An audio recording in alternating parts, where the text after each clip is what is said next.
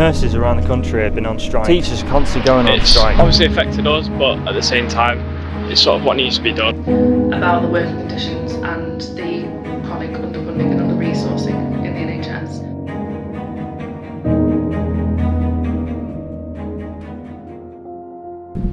Striking has occurred throughout history, where people come together to make themselves heard and to assert important changes. Whether it be coal miners in the 1980s or NHS staff in the present day, the act of striking has persisted in the face of adversity, where ordinary people come together to make themselves listened to. Teachers are constantly going on strike. On the 2nd of February, there were 300,000 reportings of teachers who were on strike demanding 12% pay rise from the government that was fully funded by them and was not taken from school budgets. Some people on Manchester Evening News have said, "Pay teachers properly or we're screwed as a nation." Others have said, "You don't see MPs on the breadline. They have never had a complaint. They are given pay rises each year and never see the value of their pay go down." Others have said, "You can't recruit new teachers, can't retain current ones. I wouldn't do the job. Would you?"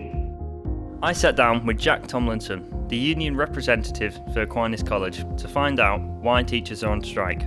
We are in a current dispute with the Secretary of State for Education and the government itself and the Department for Education. So at the moment, there are more strike days than there have been probably in the last decade. And why is it that you're striking? Ultimately, one of the core issues is pay. So teachers are underpaid in the sector, especially with comparison to our Scottish and Welsh counterparts. If you were at the top of your teaching tier at secondary schools, for example, a teacher in England would be earning around, let's say, £40,000, or in Scotland you'd be earning £44,000.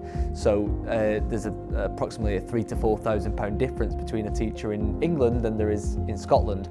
So one of the fundamental issues is pay, but that's not the only issue. The other issues are workload, conditions, recruitment and retention. All those kind of issues factor into the issues and reasons as to why we're striking as a teaching union.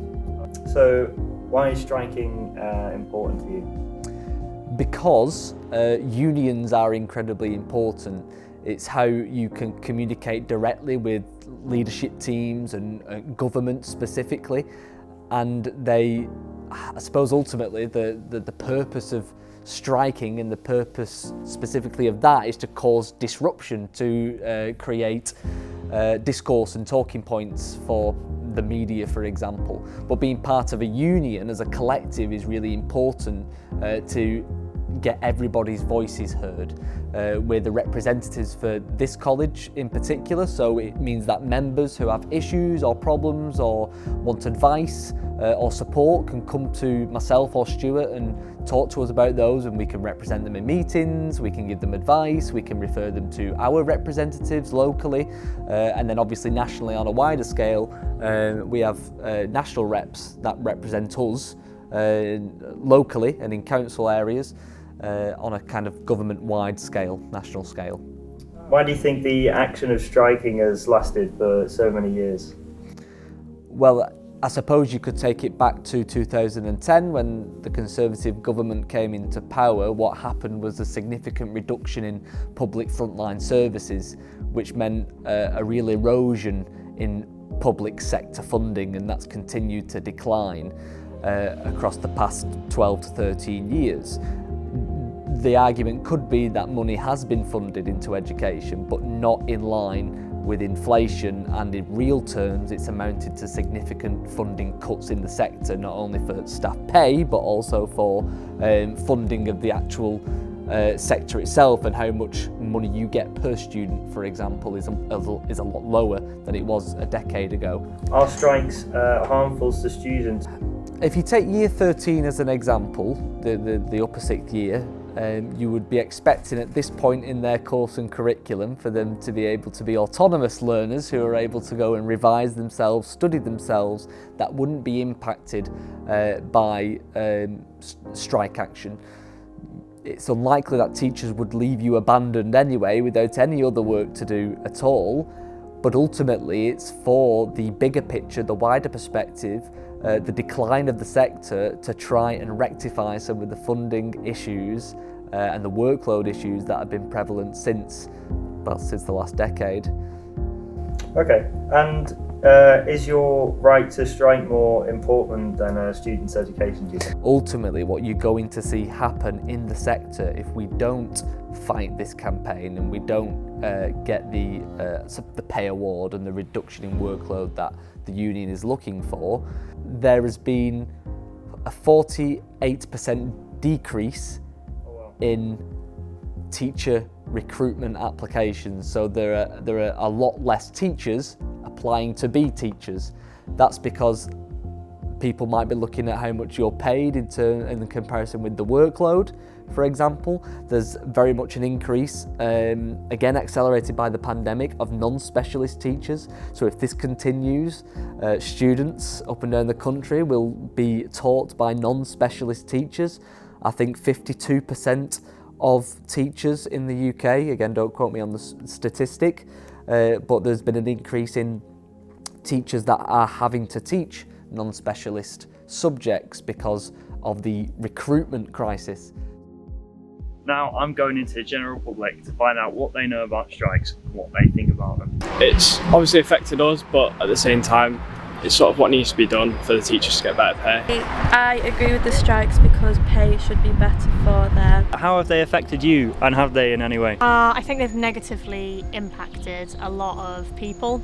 And like the teacher strikes, especially with students doing their GCSEs and A-levels, especially after all the upset with COVID and such. You're losing teaching time and people aren't getting the proper education they need after having so many problems with education. Teachers couldn't teach us that week, and it just so happened to be on days which I had 3 lessons as well, so that was 3 lessons worth that I'd missed, and each lesson sort of counts, doesn't it? Like with rails and things, people need to get to places. I know with me, trying to get to university open days, that was just impossible. After talking with Jack Tomlinson and talking with many members of the public, I can see why people want to strike. I can see why people want a better pay so they can live better and do their jobs. However, I can see its negative impact, and I can see why people are getting frustrated. Nurses around the country have been on strike for fairer pay and fairer hours.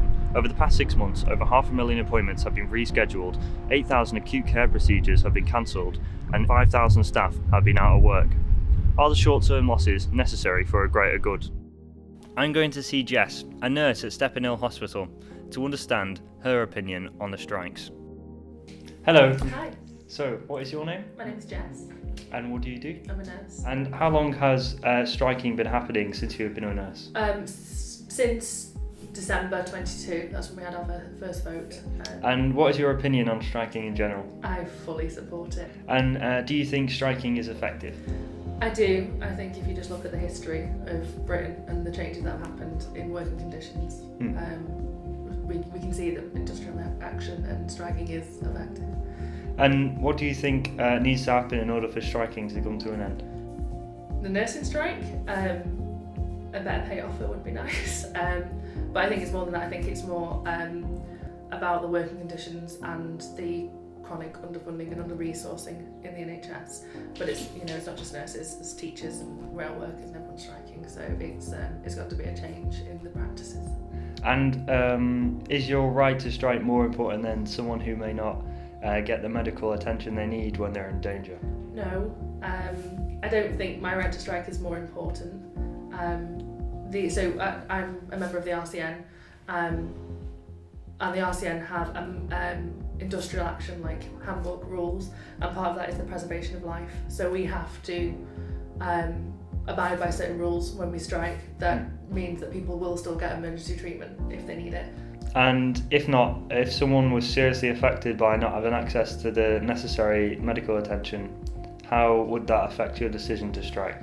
Like I said, we have certain rules that we have put in place when we strike to try and prevent people from getting harmed. However, I would still probably strike. It's we have better staffing on strike days than the rest of the year, so people are in danger now when we're not on strike because of chronic underfunding, under-resources, understaffing and overworking of staff. the conditions we work in aren't safe. So I will probably still strike. It's difficult as a nurse because you want to act as an advocate for your patients, and this is part of that advocacy by making sure that they stay safe all the time, not just on strike days. Now I'm going into the general public to discover their opinions. Okay. So what are your thoughts on the recent NHS strikes across the country? I think they're vital for the country going forward, because if people don't take action against wrongdoings, then nothing will happen. The system will just keep going and keep going and keep going. So I just think it's a necessary thing to happen in a society like ours. Full support. They need to be paid more, they need to be paid a fair wage, and it's been cut since 2008, and now they're 25% lower than they should be or whatever, so absolutely support it. It's a shame that it has to happen, and I hope they get the results. With healthcare and things, the nurses, yeah, it's important for pay and such, but there are people still suffering at the end of the day. What needs to occur in order for them to stop? They need to be listened to, and they need to have their needs met. They need to be satisfied in order for them to stop. But I honestly don't see that happening anytime soon. I don't think the response has been good to it, but it was never going to be, and that's the problem. That's why the problem's arisen, is because they aren't doing anything about it. Striking in itself can create harsh social conditions which don't affect just those campaigning. The general public often get caught in the crossfire of these battles, which in turn can have a negative impact on their outlook on the teaching sector and the NHS as a whole, which just begs the question, will the government listen? Will there be a pay rise for them all? Or will it come to one strike and you're out?